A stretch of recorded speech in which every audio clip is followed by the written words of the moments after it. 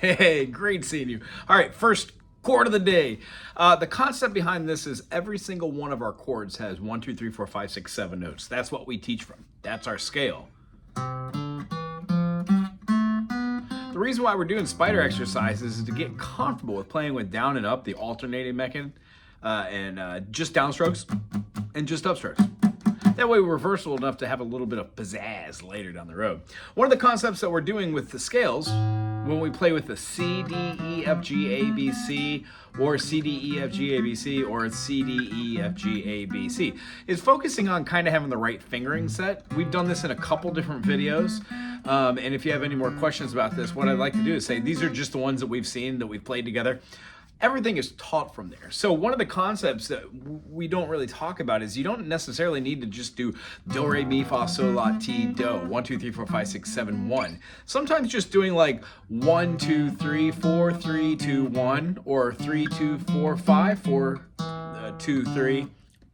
And then doing that mechanism over and over and over again, dropping a note and then adding a note kind of helps us feel what was before and what's coming next. That's one of the first steps. So I would suggest maybe with our example today, the minors, A minor, pentatonic, the kind of structure you would see in like Stairway to Heaven. So A minor, G major, F major. Two of those are major chords, so you do major type thingies over the top of it. One of them's a minor chord, so you do minor type thingies. Here's the fun, weird, crazy thing about it, just music theory from it. A minor is the same as C major. When we play a spider exercise up a minor third on the bottom string, we hit a C. And in fact, that's the minor third. C, A to B flat is a half step. A to B is a whole step or a major second, major second, minor third. So when we go to this minor third, the major chord built off of that increment from A to C gives us a C major, which is why A minor is a minor. Then we've got a diminished in the key of we have B diminished right here, and then it goes to C major. So our C major has a pentatonic itself. C, D, E, F, G, A, B, C right here forms our major.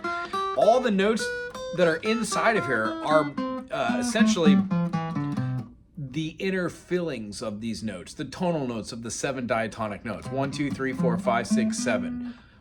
1, 2, 3, 4, 5, 6, 7. So when we get to the point of just seeing how all those notes have a, like, from this fret over, that is a spider exercise. It covers every single note that I just did. My hand isn't jumping around.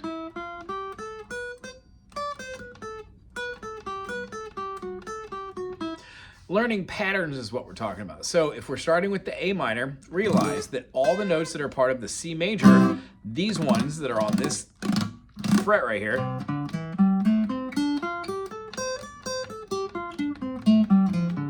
are part of the A minor pentatonic. Now you'll notice that only the ones that fit on that same one from here are these two. And that'll be important later, but they are part of chords that we already know how to play. So the concept, if you followed me thus far, is try and just get the chords of the week that we talk about, the chords of the day, play them as much as you can in both different fingerings, and then see if you can find those somewhere else. One of the things that we were doing was working on just a solid rhythm and counting 1 E and a 2 E and a 3 E and a 4 E and a 1. So a lot of these rhythms, so like even Stairway, 1 E and a 2 E and a 3 E and a 4 E and a 1 E and a 2 E and a 3 E and a 4 E and a 1 E and a 2 E and a 3 E and a so it explains why those are eighth notes. Eighth note, four, eighth note, eighth note, eighth note, eighth note, eighth note, eighth note, eighth note, eighth note, eighth note, eighth note. When we do this over and over again, then it gets fast.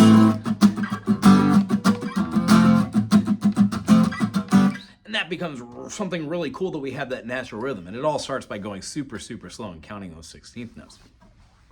The lead that would have been played over that, like the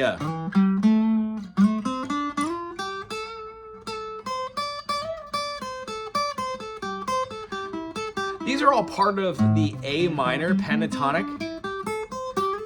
And then it goes into that C pentatonic. But all those notes are part of it, so there's really no differentiation between the two. So the concept that we work on are playing different notes for different chords and seeing if they work.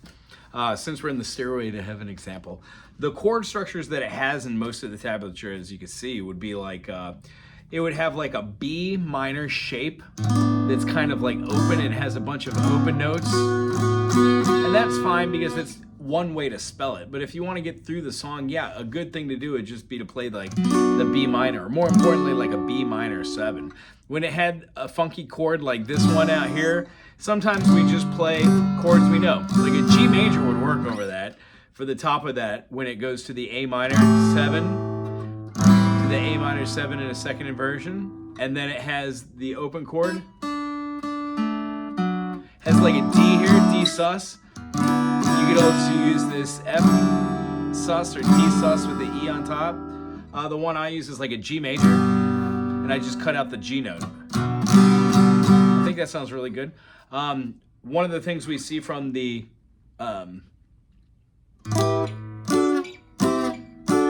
as your observation, yeah, all those notes are together. What we try and do is eighth notes. Sorry.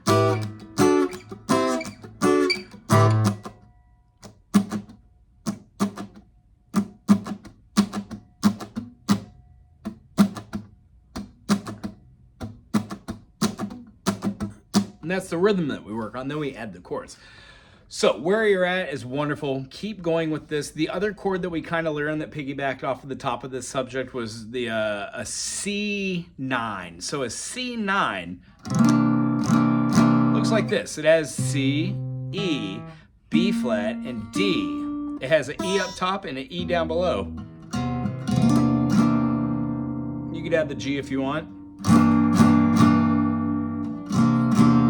Either one. The reason why this is going to be the C, oh, come on in. The reason why it's going to be the C major and not a C add 9 is because we had this note up top, the D. If we had no B flat, then it would be an add chord, like this one. That is a C add. Anywho, it was great seeing you today. I'll see you soon. Aloha.